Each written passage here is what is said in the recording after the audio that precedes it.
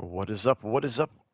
What is up, everybody? It is Phil Nagy on Sports, joining you here for a little middle of the day Tuesday sim action. We had a lot of overnight snow here in Nagy on Sports Central, which means this teacher has a snow day today. So we're going to try to take advantage of some of the extra time. It is Big Ten Championship weekend coming up. Funny part about it is this year it's essentially a glorified exhibition game. If there wasn't sort of a 1v1 quarterback versus quarterback Heisman kind of showdown, I really don't love this game for the Buckeyes. The only thing that can happen is getting guys hurt. Even if you lose the game, you're still going to have one of the top 4 seeds in the first round bye. I believe that for both teams, unless one of them just gets absolutely like 50-point blowouted in this one. But those are my thoughts on the situation until they get rid of the game, which I also foresee happening fairly quickly here in the next year or two, that you can see conference championships go away. But until then, it is time to play for the Big Ten Championship. Maybe the Big Ten Championship, actually winning, quote-unquote, winning the Big Ten still matters to some of these players. We'll find out here. Buckeyes are going to kick it off right to left here. Nagy on Sports.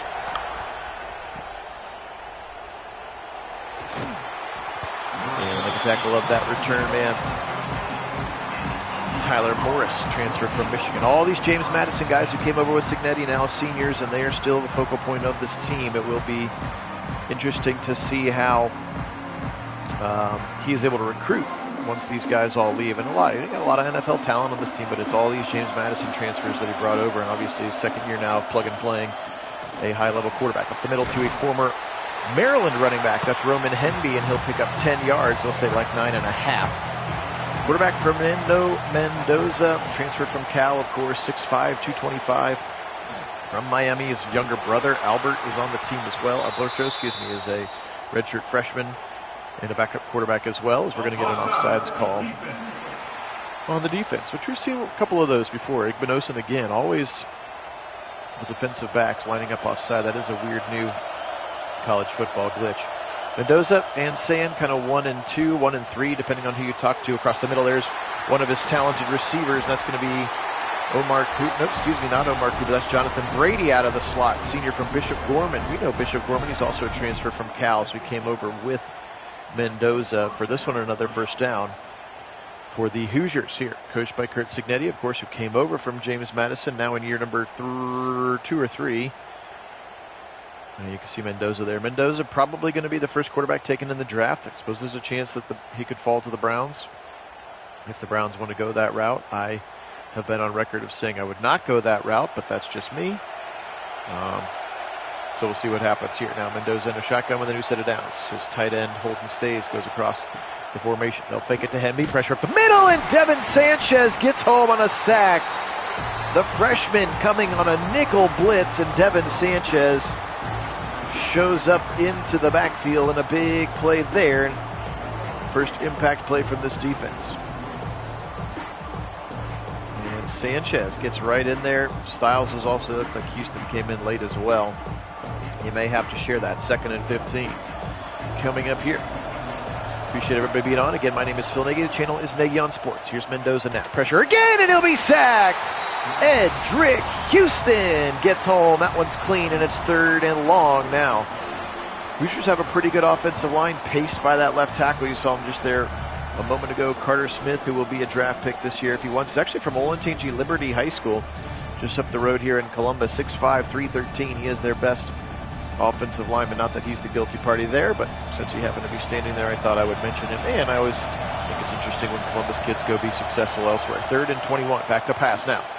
Mendoza in trouble. He'll be sacked 3 times in a row. Kenyatta Jackson. And Mendoza's like, oh boy, we're not in Kansas anymore now. The silver bullets are flying. And Jackson completes the team hat trick. 3 sacks in a row. Sanchez, Houston, and Jackson. 3 sacks. 3 up, 3 down. Hey, Alex, welcome in. Go Bucks. Do you have school off today? I don't know roughly where you live, nor do you have to tell me if you don't want to. But I have school off today. Brandon Ennis will return it up to about the 35, and this is where the Buckeyes will take over. On defense, you have to worry about Aiden Fisher, very talented linebacker. D'Angelo Pons, very talented cornerback. Both of those are James Madison guys. And Mikel Camara, their best pass rusher, also a James Madison guy. So three James Madison seniors. Actually, Pons is a junior. Up the middle now. First carry of the day for C.J. Donaldson. He'll effort for 3 as he gets around that left side. So you see Camara top of the line with the superstar emblem underneath him. Pons top of the screen, the superstar emblem underneath him. Motion from Mylan Graham. Now Sayin back to pass. 2nd and 7. First throw wide open to Ennis. They ran out of that bunch, and it kind of just made him wide open up to the 50-yard line and a first down. All right, nice. Well, enjoy your snow day, Alex. First drive of the game for the Buckeyes. Here comes Bo Jackson. He'll go left. 45 to the 40. He got the corner, and he got a first down to the 37-yard line. Give him 14 for Lamar. Bo Jackson. Hi, Karen. Welcome in. Go Bucks forever. Up the middle now, C.J. Donaldson. They go back and forth with their 1-2 punch of running backs. He'll pick up 7 on this one, tackled by the linebackers. There in the middle, we'll see a lot of Kellen Wyatt in the middle of that defense now. Back to pass. Up the middle, Donaldson, or excuse me, not back to pass, rather, handing up the middle, and Donaldson fights and efforts his way for a few yards. Lewis Moore, safety from Petite, Texas, on the tackle. Here comes Donaldson again up the middle. They are just pounding right up the gut. Another tackle that time. Devin Boykin comes over. He's a transfer from NC State. Again, just tons and tons of transfers on this roster. 2nd and 1. It is certainly a model for getting good quickly. And they gave Signetti a whole bunch of money, so we'll see how he can recruit it and develop it, or if he's just going to keep the aggressive portaling for year after year.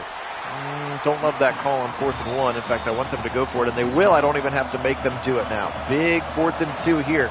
Opportunity for some momentum to be captured either way in this glorified exhibition game.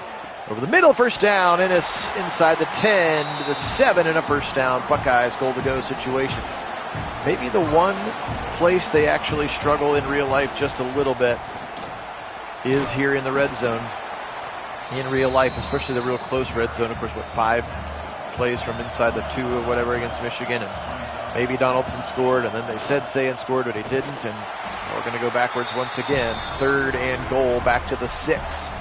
So the Buckeyes showing us here in the sim what they've done in real life for most of the season. Now back to pass. Blitz coming. Sayin hit as he throws, and it's incomplete, and the Hoosiers will stall him out, and Fielding will have to come in. First points of the game would belong to Fielding's right foot should this kick go through. His kick is up and his kick is in. 3-0 Buckeyes. Good drive, but a good hold at the goal line for the Hoosiers. 1 possession for each team.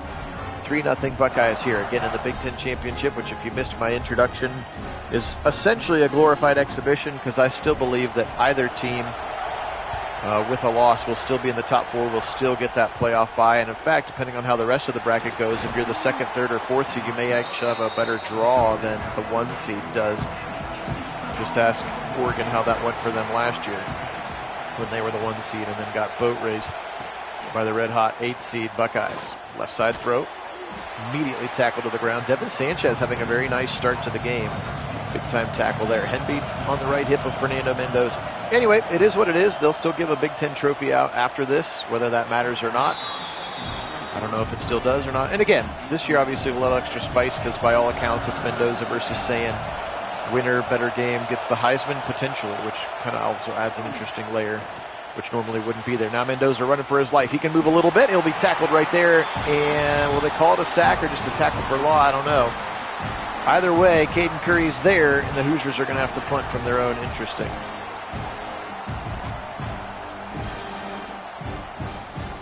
Yes, specifically, Browns legend Dylan Gabriel did not have a great day when he ran into that Ohio State defense. Alex, it was kind of what I thought. Frankly, I knew Ohio State was a better team. I knew Bryce Underwood is not ready to be a big-time quarterback just yet. It was fun to watch them kind of have their cake and eat it too. So they were aggressive and they did what they needed to do to get up, but then it was just like, now we're just going to pound it down your throat, which is what Ryan Day had always wanted to be able to do. So he's going to, he got the win comfortably, but he also got to establish their physicality and their running. And oh, by the way, here's James Peoples for a big gainer. Give him 20, both 25, all the way up to the 31-yard line. of Indiana. And Tate and Smith, who were both questionable going in, had impactful first halves, and then frankly, they just didn't really need them. Right after that Tate touchdown to kind of seal it, make it 24-9, you really had no need to play either of those guys again. So it was really kind of a win-win-win in that instance. Julian Sayin now back to pass. He'll be sacked up the middle. There he is. Pressure coming from the inside. That is Hosea Wheeler, 6'3", 298, a transfer from Western Kentucky. Again, just transfers all over the starting lineup here for Curt Cignetti. That is how he has built this team. Credit to him. Tough to get guys to come in from other places and buy into your visions, buy into your culture. So credit to him, but now we'll see if he can recruit it and develop it, or if he just needs to keep pulling guys from the portal every year, which, again, is certainly a strategy. Julian Sayin, left side throw, got it, wide open, 20, 25, 10. Rather, you get the 25 and then the 20. How about Mylan Graham across the middle for a big gainer and a first down? Buckeyes.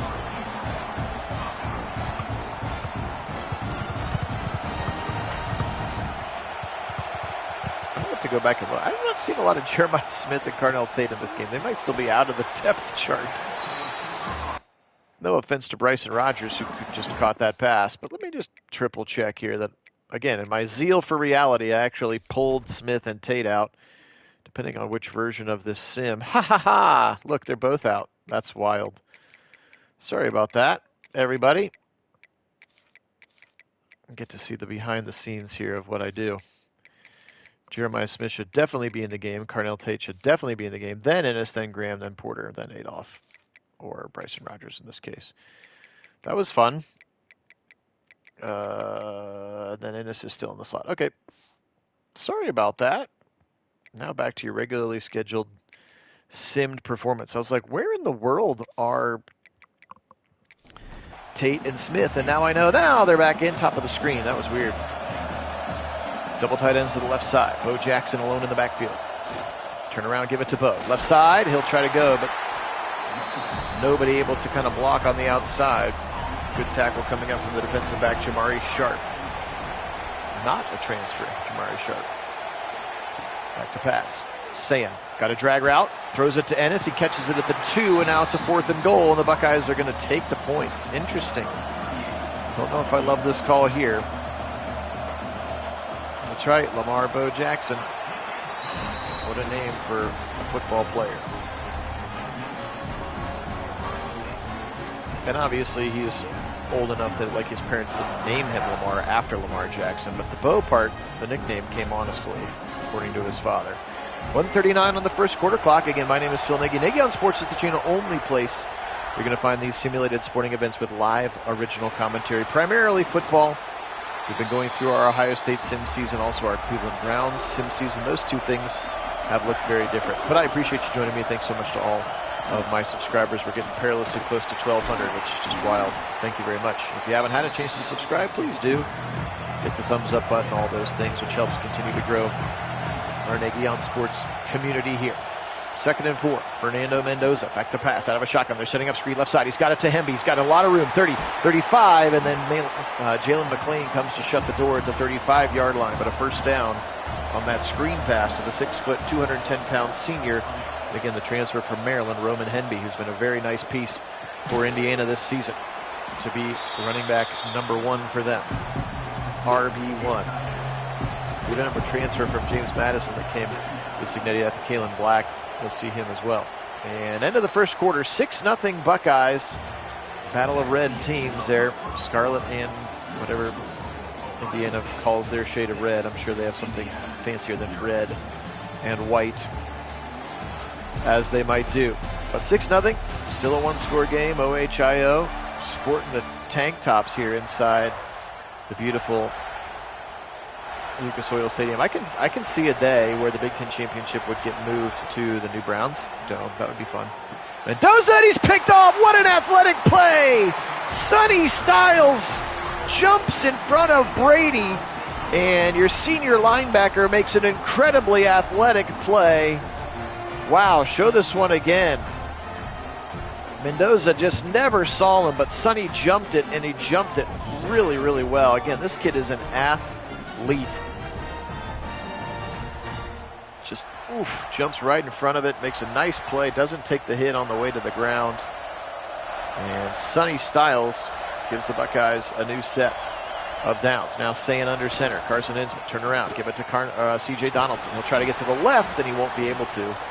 Just give him a 2-yard gain there. Again, Sonny Styles, this kid is 6'5", 240 pounds. Runs like a 4.4, 4.5. He was a safety. Now he is a linebacker. And another one of these. Again, there are potentially 5 first-round picks on this Ohio State roster, and that doesn't include your quarterback and your wide receiver, who would be in the first 5 picks taken if they were both draft eligible. 3rd and 6, motion from one of those players. That's Jeremiah Smith. He sees him over the middle. No, he throws a pick. Sayin gives it right back. Intercepted that time by Wyatt. We talked about him in the middle. He's another transfer from Maryland. And Kellen Wyatt picks off Julian Sayin, and so now both quarterbacks in a potential Heisman showcase, throwing interceptions on back-to-back possessions. And he tried to throw the slant to Ennis, and he just never felt the linebacker dropping into that spot. Yeah, Karen, that was fun. Very fun. Good job out of Brutus. Up the middle, Henby for 2. Tackled by Lorenzo Styles Jr., brother of Sonny Styles. Both of them got to walk on senior day. Their father, of course, former All-American and 6-year NFL pro, Lorenzo Styles Sr. 3rd and 6 now, nearing midfield. 12:45 and counting, second quarter here. Ohio State leads 6-0 here in this Big Ten championship. Fire to the right side, incomplete. He was looking for his tight end Holden Stays, who is a transfer from Tennessee. Incomplete. Yeah, a little bit the gift that has kept on giving, but good job by the Silver Bullets. Again, their defense just so good. This punt goes out of bounds at the 9-yard line. That's where Sayin and company will take over. I just always worry about the in-game nerfing of a quarterback after they've thrown some interceptions. Sayin fired. Ooh, what a catch by Clare. Up in the air for the tight end, Max Clare, transfer, of course, from Purdue. Every team has the transfers. It's just the majority of Indiana's team is transfers right now. But your new coach will get you. Across the middle, there you go. First catch for number 4, and you pick up 6 yards for Jeremiah Smith. How about that route that he ran on 4 and 5? That double move was nasty. He had that defender on skates. And up the middle now. And nearing a first down. Oh, they'll give him the first down as James Peoples, as the Buckeyes continue to roll the 3 different tailbacks in this one. In our sim season, that's how we have it set up. 10:55. Delayed handoff. C.J. Donaldson. He's run hard and well so far. Another 5 yards for him. Again, you can see Indiana number 4 in the sim. They just have not given them the love that they deserve. Again, you can force win outcomes, which I have done. Nice run by Donaldson. But you can't force win how it was. So Indiana has just been bludgeoning people, especially the weaker opponents, like 56-3 or whatever it was last week against Purdue. So the game doesn't know to have them be beating people down. So they are 12-0, but they've been 12-0 not beating people down. So that's why even Oregon, who beat them, which is weird to me, is higher ranked than they are. But it's the game, man. And just to show you, after the game, I will actually go in and I'll show you where the CFP is. And even with me forcing every single outcome of every Power 5 team, you know, ACC, Big 12, Big 10, SEC, and even some of the teams in the American to try to get Tulane and USF to be in a position to try to get that last group of 5 spot. Even with the just ridiculous amount of tiebreakers there are, like 2 of the conference championships aren't even right because it had to do with common opponent record and all kinds of ridiculous things. So I'll show you in a minute, but even this on this championship weekend, like the SEC championship is wrong, the ACC championship is wrong, like it's wild. Slant, Tate, touchdown, Buckeyes! And the end zone had been closed until now, and Carnell Tate delivers into the paint, and the Buckeyes take a larger lead here against the Hoosiers. Carnell Tate, of course, an Indiana kid up from Chicago. I guess that's Illinois, not Indiana, but right on the border. Closer to home, certainly, for him. 13-0 with the fielding kick between the uprights. 7:08 to go. How about that 11-play, 91-yard drive? Took them 5.5 minutes to do it, and the Buckeyes take the lead. Hey, Carter, welcome in. Mrs. Nagy on Sports says that there's an app that predicts snow days, and you said there was a 6 to 7% chance. So congratulations on being correct and getting a chance to say 6-7 in front of Mrs. Nagy on Sports. 13-0, 7 minutes to go. Hemby up the middle. And Arvell Reese ran right by him. Roman Hemby, big gainer up the middle, nearing the midfield stripe. Give him about 28 on the carry. Roman Hemby. That's right, 67%, and it was correct. So, hey, it's all about timing. That's why we're simming here at 12:08 in the middle of the day, because I had a snow day as well in a different district here in Central Ohio. Quick little RPO to the right side. First catch of the day for Omar Cooper Jr., who's potentially going to be draft eligible. Cooper Jr., one of the few original Hoosiers to be making an impact over the middle again. This one's going to be Jonathan Brady. You know who we have not heard from today? I'm almost afraid to say his name out loud because he's so talented, but that's big Elijah Surratt, their best and most talented receiver, another one of the James Madison guys. We haven't seen number 13 out there yet. Option keeper for Mendoza, little skip step. Ooh, big shot, ball's out, and it's picked up by Arvell Reese. 40, he's got some speed and he might go. Arvell being chased by Surratt. 20, 10, and he'll tackle him at the 7. Arvell Reese scoop and almost score. Elijah Surratt does chase him down. Just wild. A ball came out. Jermaine Matthews looks like the one who popped it out. We'll just triple check that Mendoza was not down. Oh, I think he might have been down. Oh, they're not going to review it. Oh, boy. First and goal, Buckeyes, as the Silver Bullets create a splash play. RPO back to the left, and this is wide open. I love that play call. Touchdown, Buckeyes. Everybody goes right, and at the last second, you throw back to the left, and Brandon Innes wide open, and he's doing the sturdy. Someone told me that dance is called the sturdy, so there you go. First of all, welcome in, Matthew, and yes, I would agree with you. He has turned into, and he just got another ratings bump like a couple of days ago, but I didn't re-upload the rosters. So in fairness, he might be one now, because I think they bumped him all the way up to like an 88, which is well-deserved. Same thing with Jalen McClain. He got a huge bump from like 79 to like 88. As the game finally starts to figure out how good this defense is. So he might be right now, as of like the roster update a couple of days ago, but because we run this out of a dynasty, I would have to like start over from scratch, force win every outcome, just takes a long time, which I already did once after the main ratings bump, where Sayan and Bo Jackson and those guys all got bumps. There he is right there, by the way, Caden McDonald in the middle of the screen. What a turn of events indeed, Alex. Appreciate everybody being on. My name is Phil Nagy. The channel is Nagy on Sports. Only place you're going to get these simulated sporting events with live original commentary and a slant. And Surratt finally makes his first catch. He had the touchdown-saving tackle. Of course, it just slowed things down for a second. And a first down now as Surratt gets his first catch. Again, another transfer on the team. Back to Cooper on the right side. Another first down. So Mendoza settling a little bit here after his second turnover of the half. 4 minutes to go. They trail 20-0. Again, people are going to say that Indiana hasn't played anybody yet, but they've been boat racing everybody. Again, their one kind of tough game was Oregon, and they did have to go to Eugene, and they did beat the Ducks 30-20. That was a physical game. Nice play, and actually a bad angle from Caleb Downs. Brady, he might go. 20, 10, 5, touchdown, Hoosiers. A rare mistake from Caleb Downs, who took a bad angle. And Jonathan Brady, the Cal transfer, 5'10", 183-pound senior, takes a little bubble screen, and it was gone. If they show it from the beginning, watch this angle, and it just whiffed. And maybe a little bit of a hold by that receiver, but a nice run after the catch for Jonathan Brady, and the Hoosiers have penetrated the scoreboard here late in quarter number 2. Matthew, yes, I am a massive Buckeye fan, as are most of the people on the channel. Not everybody. This YouTube channel was originally started to do Browns sims, so primarily we are Browns fans, but there's obviously a lot of carryover as well. Obviously, when I started the channel 5 years ago, there was not a college football game to be able to sim with. So we have added the Buckeyes in over the last 2 seasons, which has been a lot of fun. It helps kind of grow the audience a little bit as well.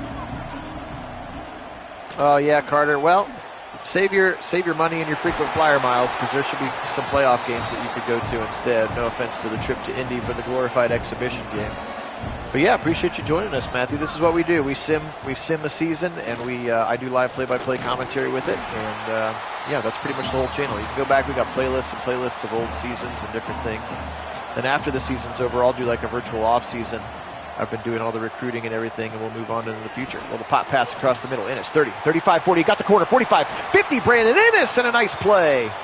We haven't seen that play in the Buckeye offense as much this year. That little pop pass.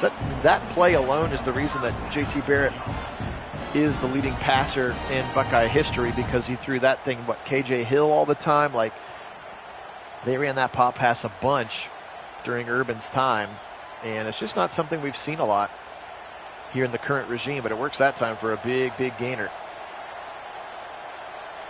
1988. Thank you, Wendell, for the history there. Out route. Mylan Graham for a short gain. 2-minute timeout coming up here in Indianapolis. Big Ten Championship again. If you missed my introduction, my name's Phil Nagy. Nagy on Sports is the channel, only place on YouTube you'll find simulated sporting events with live original commentary. We do like 99% football, Browns and Buckeyes based. We also do hockey, basketball, soccer, baseball. I even have golf, but I don't know what that would sim like, so we haven't tried that one yet. Saying hit as he throws, but it's still going to be caught by Ennis, and it's 2nd and 6. Let's see if they hurry up. Nope, still taking their time here. But I do appreciate everybody on, and I appreciate all of our subscribers. The only reason we've been doing this now more than 5 years later. This was a COVID project that I started in the summer of 2020. Simming games, as I secretly want to be a play-by-play announcer someday. And Jeremiah Smith went on that route on a first down, and the Buckeyes will call a timeout, leading 20-7 inside the red zone now. Sand in a shotgun once again. He has been sensational.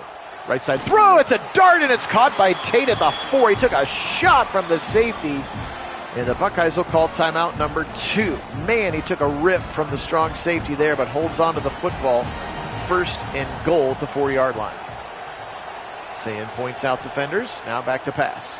He's got good time. He's got a wide open receiver. Brandon Ennis, his 2nd of the game. Touchdown, Buckeyes. 27-6 here with the kick pending, I suppose. 27-7 it will be, not 27-6. Man, they spread everybody out, and Ennis was wide open. I think he almost like blended into the end zone there, that red over the red in the Indiana side of the end zone. But with 32 seconds left, the Buckeyes with a very nice 10-play drive to punch this one in. Matthew, yeah, that feels about right. I would get on board with that. Again, I have been on record for weeks and weeks saying I don't like this game. I think can only hurt you. Guys can get hurt. I don't think the importance of quote-unquote being a Big Ten champion means as much anymore. If I were Ryan Day, I would have called Cignetti and say, like, hey, let's run backups against backups. Like, now again, the only other thing that changes, of course, now is the Mendoza versus Sand potential Heisman showdown. So I understand that part of it, and obviously you're not going to put in Julian Sand without putting in his offensive line and his star players and stuff. But to me, it feels like essentially a glorified exhibition, as the loser of the game is still going to be a top 4 pick, still going to get a bye. And in fact, the 2nd, 3rd, and 4th seeds may end up getting easier opponents to have to play, but we'll see how all that shakes out here over the next week. 27-7 here at halftime, guys. I do appreciate you joining me again. My name is Phil Nagy. Nagy on Sports is the channel. I want to be play-by-play guy here. It's my secret passion, even as a 43-year-old man. But we've had a lot of fun growing here, our little Nagy on Sports Nation. When he's able to join, my cousin Kit joins. He actually played high school and college football, so he acts as our color commentator. I was the best intramural quarterback in the School of Music had ever seen at Capital University. It's a very low bar, I'll say that. We had plays and everything. All right, James Peoples to the right side. 27-7 Buckeyes with a 20-point lead here to try to salt this one away. Yeah, that was nice. I liked the all-red again as well. I don't know if they'll do anything for the Big Ten Championship, but maybe for the playoff they will. They'll do something fun. 3rd and 2 coming up here for the Buckeyes. Indiana really needs to get a stop. They've really not been able to do much other than the one where they picked off Julian Sand. We've been dominated sort of in all phases. Fired over the middle. Caught. First down. Smith, watch out! He could go! He will go! Jiminy Christmas, 71 yards! You can't stop him. You can only hope to contain him. Here at the channel, we call that 10-4 for 6. And that's exactly what happened there. That was a deep dig route. Good protection from the line. Smith came all the way across, had 2 defenders on him, and then he got the step, and neither Farrell nor Rylan Gandy could stay with him. And that is a touchdown for the Buckeyes in a big way, and just asserting themselves now. Gandy, a transfer from Pitt, as we continue to play the game of where did this Indiana player go before they came to Indiana. Well, that was a quick little score to start the half. Whew.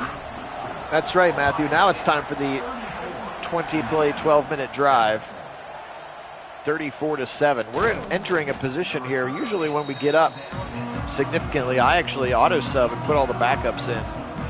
If we get to the 4th quarter and it's still a big gap, we would do that here. Hemby tries to go wide. Good tackle by Jalen McLean. Right at the line, nowhere to go. Hey, Jim, welcome in. Howdy to you as well. Sorry for the middle of the day sim here. High school district hauled off for the snow. Little slant to the left side. And Brady's had a very solid day. He's been by far their best receiver. 6 catches, 100 yards, including that long touchdown in quarter number 2. Hemby up the middle. Won't get it on a 3rd down. Igbenogson filled the hole, and he filled it with violent intent and knocked him to the ground. And Indiana punting again. I think really the only, especially with Texas beating Texas A&M, I truly think that regardless of outcome, the loser of this game is still a top 4 seed. I really do. But the only way it would not do that is if this kind of a thing would happen. If Ohio State would roll them by like 40-plus points, you could see Indiana dropping down to 5 or 6. You could. I don't agree with it, but you could. Because again, these are glorified exhibition games, and I can very much see them disappearing from the calendar and just giving like a regular season champion for the conferences, just because it means nothing, and that if you get penalized for being in it but losing, teams are going to like actively lose earlier to avoid it because they're getting penalized for being in it, which is wild to me. Duke, of course, making it in on a bunch of weird tiebreakers as a 7-5 team. If they win, they can still be left out. Remember that. It's a new rule that only 4 of them have to be taken. So if they consider them a lower-ranked team than, like, I don't know, Tulane or whoever wins the American, they don't actually have to be in. But everybody's sort of saying Notre Dame versus Miami. Again, 2 teams that are not playing. Maybe this helps Notre Dame have to join a conference. I don't know. I'd like to see it. 2nd and 5. Yeah, David Adolph getting in there. I wondered if there was something disciplinary with Mylan Graham, because in that Rutgers game, Adolph took like all of the first team snaps, and I was like, where is Mylan Graham? Isn't he the best non-Smith, Tate, and Ennis receiver? Nice little boot action, wide open to Claire. 20 to the 15, Max Claire to the 10, to the 8, to the 5, and Max Claire all the way down. That's 300 yards now for Sayin and his 4 touchdowns, as right now he would be winning the Heisman battle between he and Mendoza. So I wondered if Mylan Graham, we didn't see him until the second half. But yeah, Adolph had some touches. He had a drop, but he had some nice plays against Indiana and the option keeper, and he'll be tackled by Mikael Camara. We haven't heard Camara's name all day. He is their best pass rusher. Very talented player, 6'1", 262. And one of those James Madison transfers. Sayin. Good protection in the pocket. Right side throw, clear, touchdown, Buckeyes. Oh boy, the beat down is on in Indy. Ohio State was like,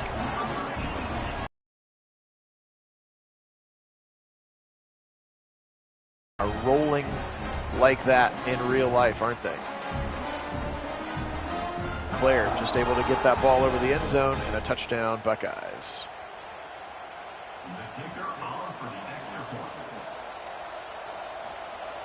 Big time throw and catch now, 41-7, as the beat down is on.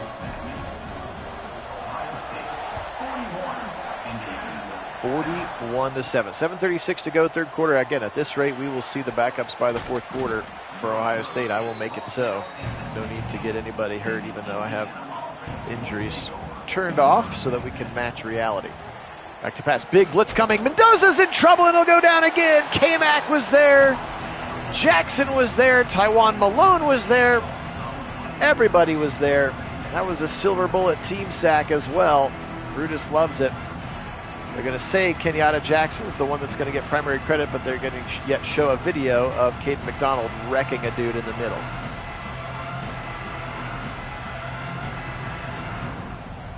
Second and 18 now for Mendoza, who has not looked like a Heisman front runner in this one. Quick little throw left side. My assumption is he's probably a little better in real life than he is in the game. He's got a huge ratings boost. He's up to a 96.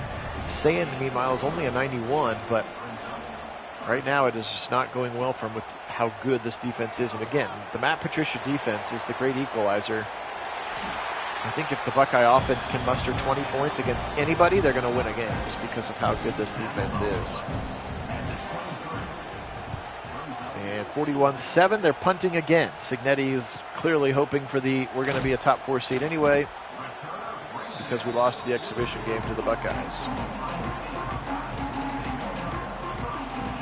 Yeah, the playoff was really entertaining last year. They're clearly onto something. Fire to the right side and a caught. Jeremiah Smith for a short gain. 2nd and 7. Double tight ends to the left side. Turn around. Bo Jackson. How about Bo Jackson's game against Michigan? He was exceptional through the air and through the, on the ground and of course through the air as well. A couple of 50 yards of receiving that were really important to that game as they were asserting themselves. Max Clare, again, he's had a very nice day. Tackled out in space by D'Angelo Pons. Pons is their top cover corner. He's over a 90 rated player. Another one of the James Madison kids, and we have yet to call his name really in an impactful way. Another throw to Clare for 9, and the Buckeyes just pouring it on. Well, and I wonder about that, Matthew. I really do. Because, again, these games carry no weight, or at least it appears that they carry no weight. Because if teams are going to get punished for losing in them, like you said, I think they're going to, like, what if they just were like, we're not going to go. Like, we refuse the invitation. Thanks for your offer, and we'll sit this one out. Like, that's why I say I would guess that this game is destined to go away within the next couple of years. I can see a Big Ten championship just going away. Or, like I said, I would call Signetti and be like, let's just roll second team against second team. Like, one group of second teamers probably isn't going to blow out another one. Maybe Buckeye second teamers would blow them out, but I don't know that. Again, the only reason that they're going to really try hard is this one is because of this potential Heisman showdown.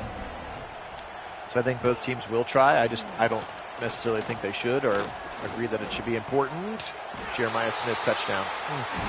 6 touchdown passes for Julian Sand. So if this is how it goes, he would win the Heisman based on this outcome. What a game for him. 47-7. And I think that's time for the backups. As the Buckeye beat down is on. Look at that throw. Just incredible accuracy for Sand. Which is why, for those of us on the channel who are also Browns fans, and without being too much of a Buckeye homer, as he got drilled, he's going to be roughed on the play. It's going to be a Marion Knight, a transfer from Northern Illinois. And he'll rough the kicker. And the Buckeyes will get to kick off from the 50-yard line. So Fielding will get to drill this thing out of the back of the end zone. 1:28 to go. Third quarter clock. Buckeyes up big here in Indy. Against Indy. Across the middle. There's Holden Stays. First time we've called his name. He's their very talented tight end transfer, 6'4", 250. Transfer from Tennessee. Good player, good part of their offense. Left side throw. First down by Brady, tackled by Downs. Brady has been their lone bright spot for the weapons. But it is a really interesting conversation, Matthew. Loser can be top 4 as long as you don't lose by X amount of points. Which, again, still makes no sense to me, which is why I can foresee a situation where one day these games go away, just completely.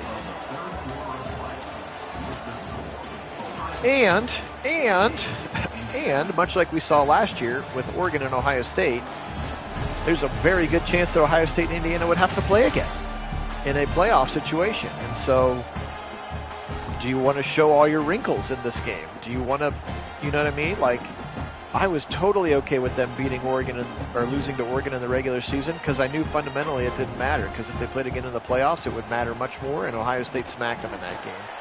Beating the same team twice in the same year is very difficult,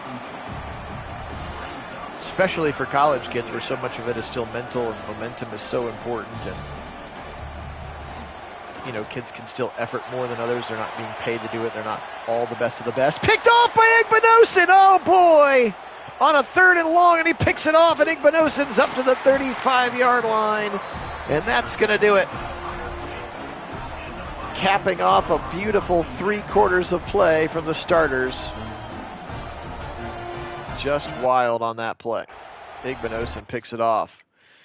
So here we go into the backups. I don't know why it always says starters. It doesn't actually mean starters. And then you do backups. And they're into the game. Fun for us as Ohio State fans. If you're an Indiana fan joining, I would like to think that the game doesn't understand how good you are, even though I've forced you to win every game and you're 12-0, and your players are all been appropriately buffed. But so James Peoples up the middle, no yards. Lincoln Keenholtz into the football game. Josh Padilla, center number 2 here. Looks like Indiana has their backups in 2 for whatever it's worth. I don't see Mikel Kamara, Aiden Fisher, or D'Angelo Pons down there. Keenholtz right side, dump it short. Bryson Rogers nearing a first down. He takes a big shot there in the middle of the play. That time he was tackled. Well, must be the, Jaja Boyd, freshman from Philadelphia. Keenholtz, right side throw, over the head and incomplete. And I think this might be the first punt of the game. Keenholtz goes 3 and out off of the Igbinosun interception.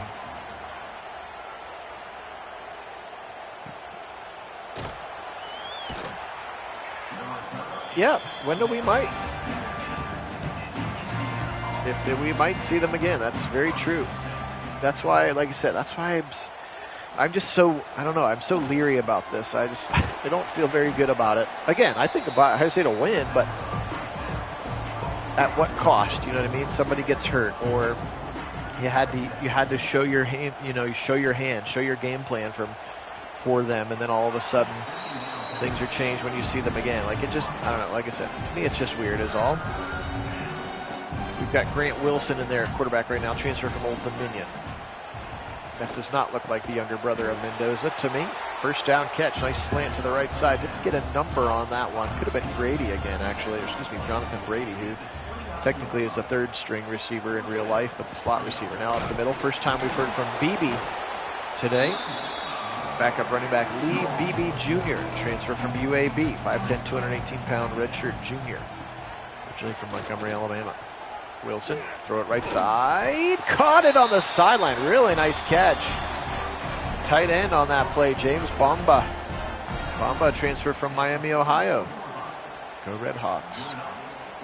Harvard on the Hawking is what they call it. Up the middle and a sack. Caden McDonald, not sure why he's technically still in the game, but he gets a nice stack there, beating Verstegen up the middle, 2nd and 17.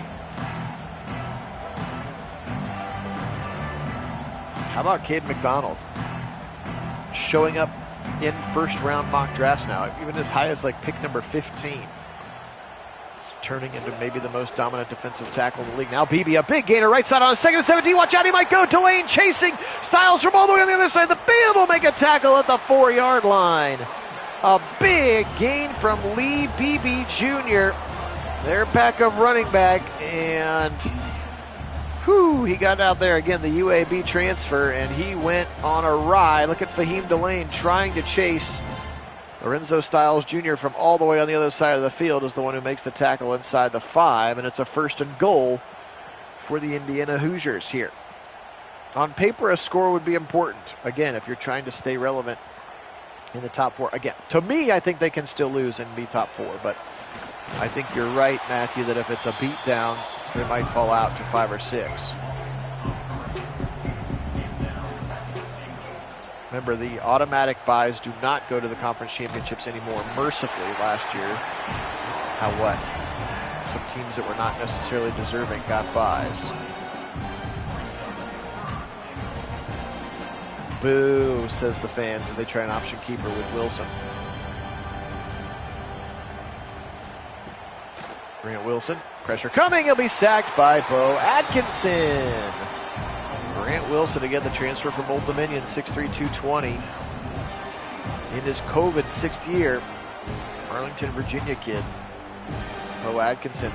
We haven't talked much about him this year, only because Jackson and Curry have been so good, but Bo Atkinson's been kind of a very nice third rusher, and was the ability for them to be able to redshirt C.J. Hicks. So C.J. Hicks will be able to come back next year as your senior pass rush specialist, with Atkinson and Curry and Jackson all likely going to the pros. I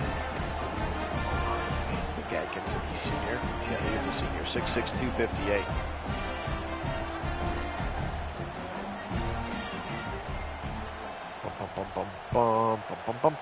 So they're going to actually just settle for 3 there. 48-10 with 8:30 to go. James Peoples, a little move, 20, throws a man off of him, and then he'll be tackled out of bounds at the 21-yard line.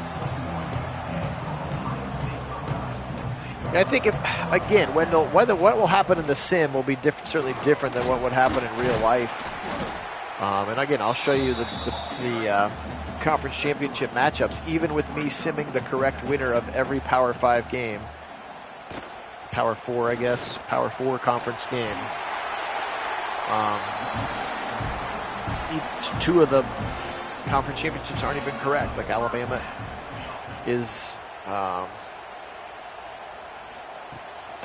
not in the big SEC championship, and Duke definitely isn't in the ACC championship.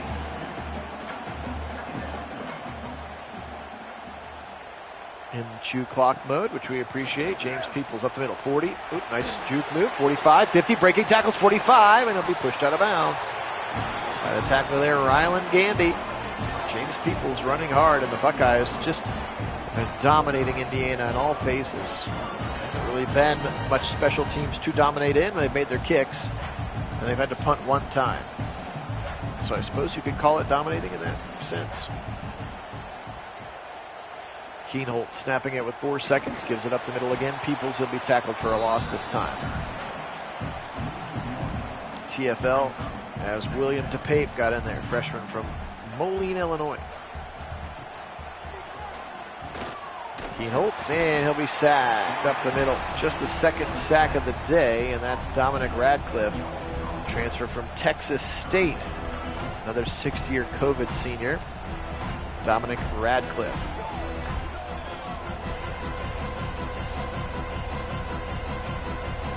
Keenholtz takes the sack, and now on a 3rd and 17. We're under 4:45 to go. In the Big Ten championship game, Ohio State will win it. First time they've been in it in a few years. First time they're going to win it. I'm not sure why Jeremiah Smith's still in the game, but you want to give him an 11th catch? Help boost his stats. I suppose there's an outside chance if he has a monster game, he gets himself back in the New York conversation, but I think his game absence and then just the way they sparingly used him when he was injured, he's just not going to have the eye-popping statistics that a wide receiver needs, even though there's no debating that he's the best player in college football. Orbit motion from David Adolph.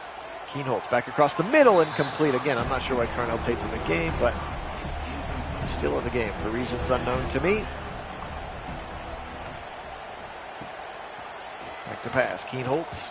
Now he'll take off, 35, and he'll slide at 35, and then fielding will come in. A chance to kick a 52-yarder. This would be a career long for him And him feeling comfortable from 50 plus would be important, could be important someday. And he makes it. Jaden Fielding, his third field goal of the day. And 51-10 as the Buckeyes have taken a bite out of the 50 burger here. And just absolutely smacking the Hoosiers in the mouth all day today. Offense, defense, and with the leg of Jaden Fielding. Again, Joe McGuire's had to punt exactly once, and that was once the backups were in. Grant Wilson, backups, of course, have been in basically the same amount of time for Indiana as they threw the white flag about a quarter ago. Little screen to the left side to Beebe, who's had the most explosive play, maybe the second most explosive play. Jonathan Brady had that long touchdown catch where he out-leveraged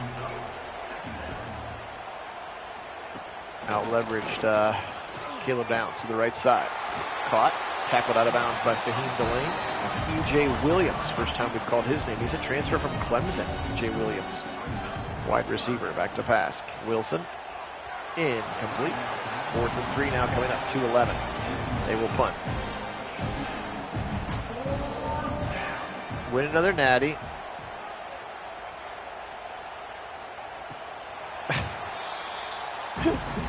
I mean, I see what you're saying, and with the NIL, a couple like Jermaine Matthews, I don't think would be a first rounder, so he would probably could make more money to come back. But I don't think there's any way Downs, they're going to be top 5 picks. Like, I don't think you're going to NIL a kid $30 million or whatever to stay for a year. But yes, pipe dream would be fun. That would be fun to tell them all to come back.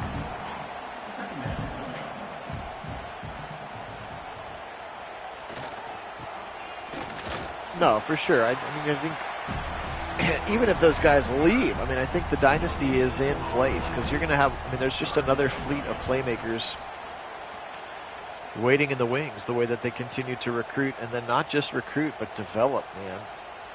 Again, there's one thing to get a bunch of 5-star kids, but there's another thing for Brian Hartline to turn them into NFL superstars and to have 2 or 3 of them. And there's the Chris Henry kid coming next year is going to be another superstar. You're going to get him and Jeremiah Smith in the same field with Mylan Graham and Brandon Ennis in the middle of it. Like, it's going to be another embarrassment of riches. And I think, I don't know if any of the offensive line are leaving. I think I think Serafeld is a junior. I mean, Chabola's been, maybe you want to move off of him at right guard, but Daniels is only going to get better at right tackle. There's Signetti cordially shaking hands. I'm looking at their ages right now. So Daniels is a junior. He ain't going anywhere. Serafeld's a junior. He ain't going to go anywhere. Chabola is a senior. He's the one that it's like, okay, that's fine. Sorry, Hinsman is a senior as well. So I guess, but Luke Montgomery is not a senior, right? Yeah, he's a junior as well. So I would say 3/5 of your offensive line comes back. Max Clare's gone, but I think Jelani Thurman, and we've seen some of Bennett Christian.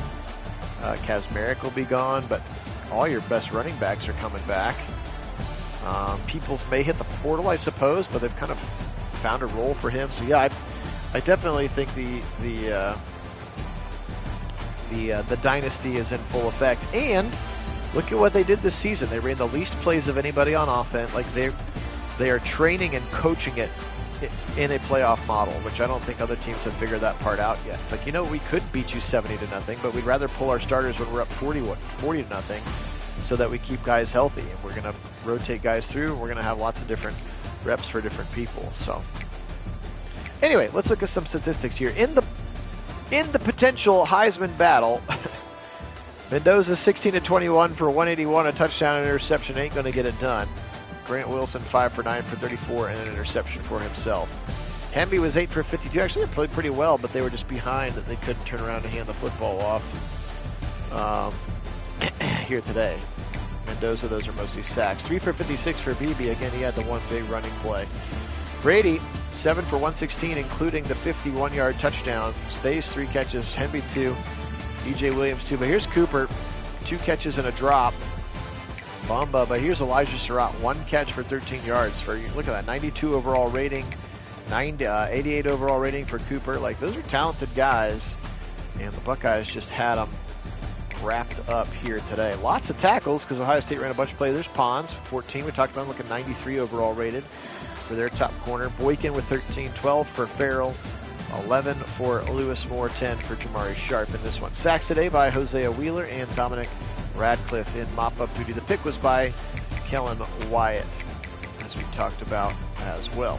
So, Mendoza 16 to 21, 81 and a touchdown and an interception. Julian Sand 33 of 35 for 372 and 6 touchdowns and an interception. So if, in fact, this game is a true Heisman showdown, I dare say Julian Sand outdueled Fernando Mendoza in this one. 33 of 35 is insanity. Oh, boy. 2 for 4 for 28 for Keenholz in this one. I knew he was having a good game, but that 33 of 35 is nuts. James Peoples, 15 for 84 today. Donaldson, 12 for 72. Bo Jackson, just 11 carries. He just really needed to run the ball, save the kid. 11 for 56 and 2 touchdowns for Jeremiah Smith. 9 for 68 and 2 touchdowns for Ennis. 8 for 108 and a touchdown for Max Clare. Just 2 for Graham, 2 for Tate, including a touchdown, 2 for Rogers, 1 for James Peoples, as Ohio State laid the boomstick on them. 13 tackles for Lorenzo Styles, 8 for his brother Sonny, 7 for Caleb Downs. Sacks today, 2 for Edric Houston, 1.5 for K-Mac, 1 for Bo Atkinson, 1 for Peyton Pierce, 1 for Kenyatta Jackson, halves for Curry, Styles, and Devin Sanchez. The 2 picks were by Iggy and Sonny Styles. All right, as I promised, I'll show you that even in my zeal, I literally force won the accurate outcome of every single Big 12, Big 10, ACC, and SEC games, and yet still, somehow, 2 of the conference championships are wrong, as Julian Sand sets a single season passing record touchdown. That's fun. What else did he break? Single season passing touchdowns for the Big 10, because I think he beat JT Barrett, who held both of those records. Big 10 champions, hooray! All right, so as I had promised, here's what the top 12 looks like. So even though I did every single thing exactly right, here's where they had Buckeyes at 1, Georgia at 2, Oregon at 3, and then Indiana at 4. Again, they just picked up that loss. Ole Miss at 5, Texas Tech, Oklahoma, BYU, Texas A&M, Texas is your top 10. Then you've got Miami, Notre Dame, Vandy, Alabama, so no love for Alabama. Then you're right on the bubble there. This is what, 12-team playoff, right? So then you're looking at Vandy, Bama, USC, Utah. Michigan dropped from, they were up to 8 before we beat them. Tulane's going to sneak in maybe. There's Virginia. USF could sneak in. I think it's Tulane versus USF to get into that, the de facto play-in game. So all of that means is that the bracket looks something like this, as currently constituted, which would be, again, this was before the outcome of the game. Ohio State playing the winner of BYU, Texas A&M. Indiana playing the winner of Buffalo. Again, why is Buffalo in there? I didn't force win any of their games. So it's going to be imperfect somehow, even though I tried my best. Playing Ole Miss, Virginia playing Texas Tech. Winner gets Oregon, Texas, and Oklahoma. So Texas is a 3-loss team would get in this particular scenario and play the number 2 seed Georgia. So that's what it would look like again. I did my best. There's just zero way without force winning the outcome of all 168 power or Division I schools, and I just frankly didn't have that in me. So we'll get it as close as we can. I think there's also a game mode where you can just play the final. We'll see how that goes. So anyway, this one was a lot of fun. I appreciate you being on again, as I mentioned earlier, on the Discord for those who are on our Discord channel. Probably do the Browns sim as well today, just because I've got a couple of rehearsals and some concerts coming up later this week that will prevent my evenings from being simable. So it was a lot of fun. Appreciate it. Hopefully Buckeyes take care of business like this in real life. They deserve it. They're the better team, in my opinion, in a glorified exhibition game. All right, guys, this was fun. Take care of yourselves. Have a great rest of your day. Today we'll say, go Bucks, and as always, go Browns.